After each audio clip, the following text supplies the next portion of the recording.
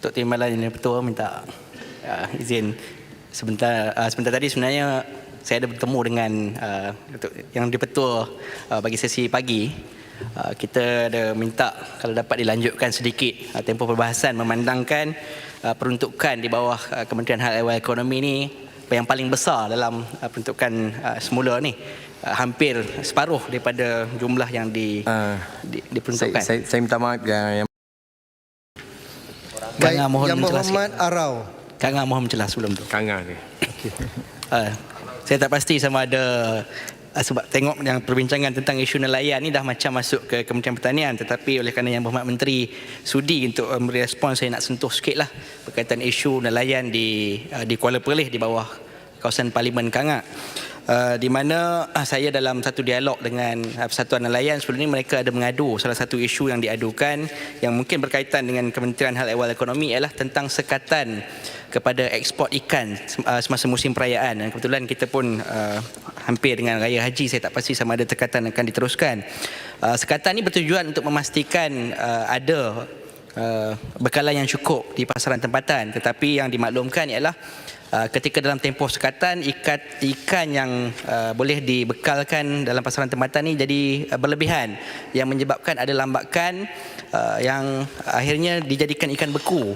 Dan ikan beku ni akhirnya menyebabkan kononnya asalnya untuk menurunkan harga dalam pasaran tempatan, tapi akhirnya oleh kerana tidak dapat dijual oleh kerana terlalu banyak, akhirnya dijadikan ikan baja. Jadi mereka minta kalau boleh ada keanjalan supaya walaupun sukatan itu diberi dalam tempoh misalnya 3 bulan, dari semasa ke semasa sepatutnya ada pemantauan supaya sekatan itu tidaklah terlalu rigid, supaya ikan ini dapat dijual dan juga dapat diekspor sekiranya berlebihan. Datuk Pengerusi. Terima kasih yang boleh saya masuk dulu ya? Terima kasih Yang Berhormat. Terima kasih Yang Berhormat Menteri. Arau walaupun berbeza dengan saya, kami untuk kepentingan negeri Perlis insya-Allah boleh bersatu. Tadi Yang Berhormat maklumkan bahawa memang projek daripada negeri Perlis dia hantar hanya 2, dan saya tadi tengok di lampiran B, kalau tengok di sini memang ada sebelum ni sekatan terhadap peruntukan kepada Kementerian Pelancongan Seni dan Budaya lebih kurang 36 juta yang tidak diperuntukkan semula. Dan saya nak sentuh oleh kerana kita berbincang tadi tentang Perbadanan Kemajuan Ekonomi Negeri Perlis, dan dalam perkara peruntukan ini juga dimasukkan di sini berkaitan dengan projek pembangunan Langkawi. Mana kalau kita belajar tentang pelancongan, kita akan tahu bahawa pelancongan ni aspek ni bukan hanya on-site development dengan izin, ia juga melibatkan kata accessibility, kemudah sampaian. Jadi kita tahu kebanyakan pelancong kalau melalui jalan darat mereka suka menggunakan kata jeti di Kuala Perlis lah. Sekali lagi di Kuala Perlis, dan kita tahu ada lebih daripada 6 juta pelancong yang akan menggunakan jeti Kuala Perlis. Dan salah satu daripada projek Perbadanan Kemajuan Ekonomi Negeri Perlis yang hari ini tergendala sekian lama ialah Konkos baru yang pembinaannya tidak memenuhi spesifikasi, mungkin oleh kerana kecuaian pentadbiran yang lama lah. Jadi saya ingat untuk pemulihan Konkos ni tidak memakan belanja yang banyak. Saya ingat mungkin sekitar 100-200 ribu. Jadi saya harap kalau dapat yang sepatutnya di bawah Kementerian Pelancongan tadi, Yang Berhormat dapat peruntukkan sedikit untuk memulihkan supaya Konkos dapat berfungsi dengan lebih cepat lah. Terima kasih Yang Berhormat. Arau tak jadi. Kalau arau tak jadi, Kang nak minta sikit. Terima kasih Yang Berhormat Menteri. Saya faham maksud Yang Berhormat Menteri mengatakan bahawa projek ini ditangguhkan. Untuk maklumat Yang Berhormat Menteri, selepas PRU ke-14 tempoh hari, saya mengambil inisiatif untuk bertemu dengan pegawai di NCIA, dan saya dimaklumkan bahawa saya lah kata Yang Berhormat pertama yang sudi menjenguk projek-projek yang telah dilancarkan oleh NCIA sebelum ni. Dan setakat yang saya tengok, oleh kerana negeri Perlis yang kecil yang dimasukkan oleh Arau tadi, pelaburan tak banyak. Kalau tengok di dalam laman web Maida, Perlis ni dah banyak tahun dah pelaburan asing ni kosong, jadi bergantung dengan suntikan daripada kerajaan. Jadi saya diharapkan projek ini tidak ditangguhkan begitu lama. Cuma saya tengok di sini ada dalam perkara 19522 sampai 19526 berkaitan dengan perkara halal daripada produk dan juga industri halal. Saya nak maklumkan kepada Yang Berhormat Menteri, Lembah Cuping ni kawasan ni sangat luas, lebih daripada 2000 hektar yang sangat subur dengan kata peluang untuk projek pertanian. Jadi saya berharap kata kalau boleh projek-projek berkaitan dengan halal ni dapat kata dihalakan ke sana. Dan ini juga berkaitan dengan apa yang Muhammad Arau sebut tadi tentang program kerjasama IMT-GT. Mungkin ramai di kalangan ahli parlimen tak tahu bahawa di Lembah Cuping ni Perlis adalah pengeluar buah tin yang terbesar di Asia Tenggara. Jadi saya jemputlah kalau yang mana ada di sini walaupun bukan di kawasan saya. Dia sangat bermanfaat, jadi bolehlah kalau datang ke Perlis untuk cuba buah tin. Yang Berhormat Kangga, Okey. 10 minit. Okay, terima kasih Yang di-Pertua atas ruang yang diberikan. Saya mengambil bahagian untuk membahaskan sedikit tentang peruntukan semula kepada dalam kepala P30 untuk Kementerian Tenaga, Sains, Teknologi, Alam Sekitar dan Perubahan Iklim.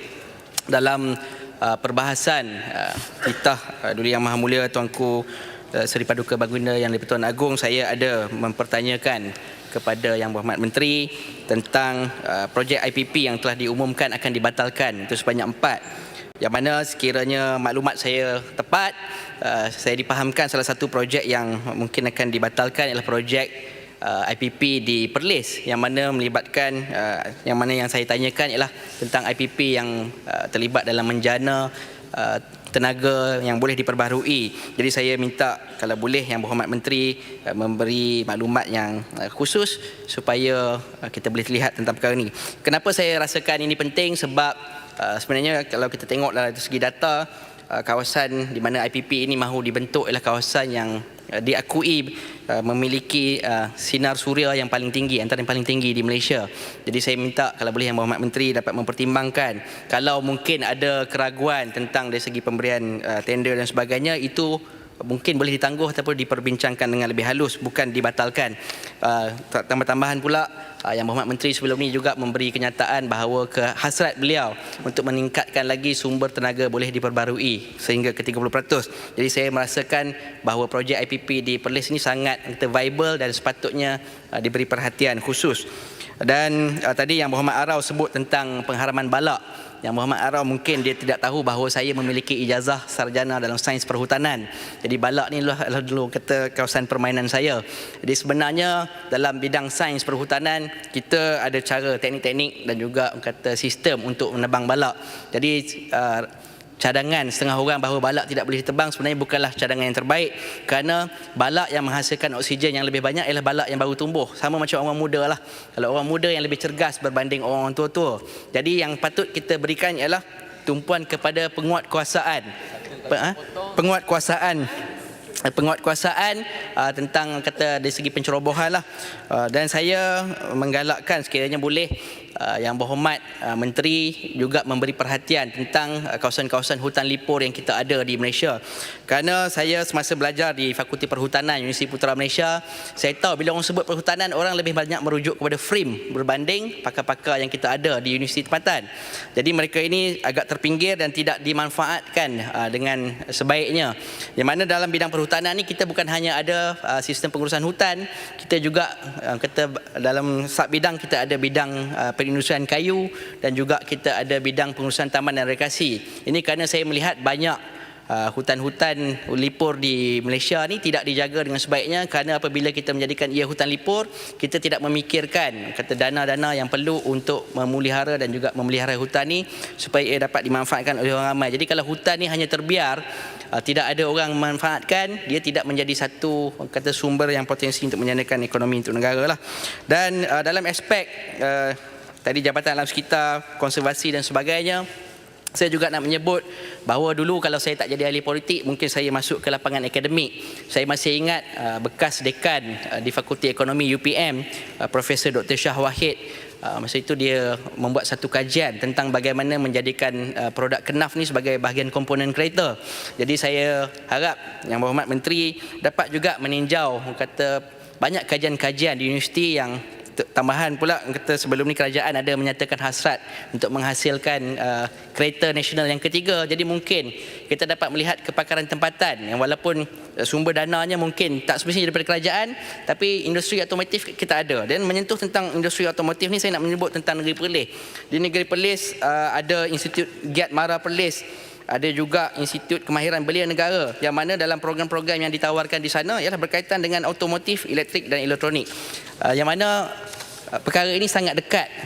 Kalau saya sebut tentang KNAF sebagai komponen kereta, mana KNAF ni adalah daripada hasil alam sekitar, jadi mungkin menteri dapat melihat program pendidikan dan juga penyelidikan ni dapat memanfaatkan institut pengajian yang sedia ada supaya dapat digunakan ke arah menghasilkan teknologi baru, dan yang mana kita memanfaatkan yang mana sedia ada lah. Dan setakat itu saja saya rasa saya punya penglibatan dalam perbahasan ini. Terima kasih Yang Berhormat Arau. Sekarang saya menjemput Yang Berhormat Rasah. Sekarang Nak selit sikit Yang Arau. Boleh. Akan Untuk tambah pasal saya punya tak panjang. Saya ingat Yang Berhormat Menteri pun tahu Perlis ni dari segi non-revenue water, air tidak berhasil ni paling tinggi di Malaysia. Jadi mungkin kementerian patut boleh jelaskan sikitlah perancangan kementerian untuk bantu mengurangkan non-revenue water kat Perlis. Terima kasih Yang Berhormat Kangga.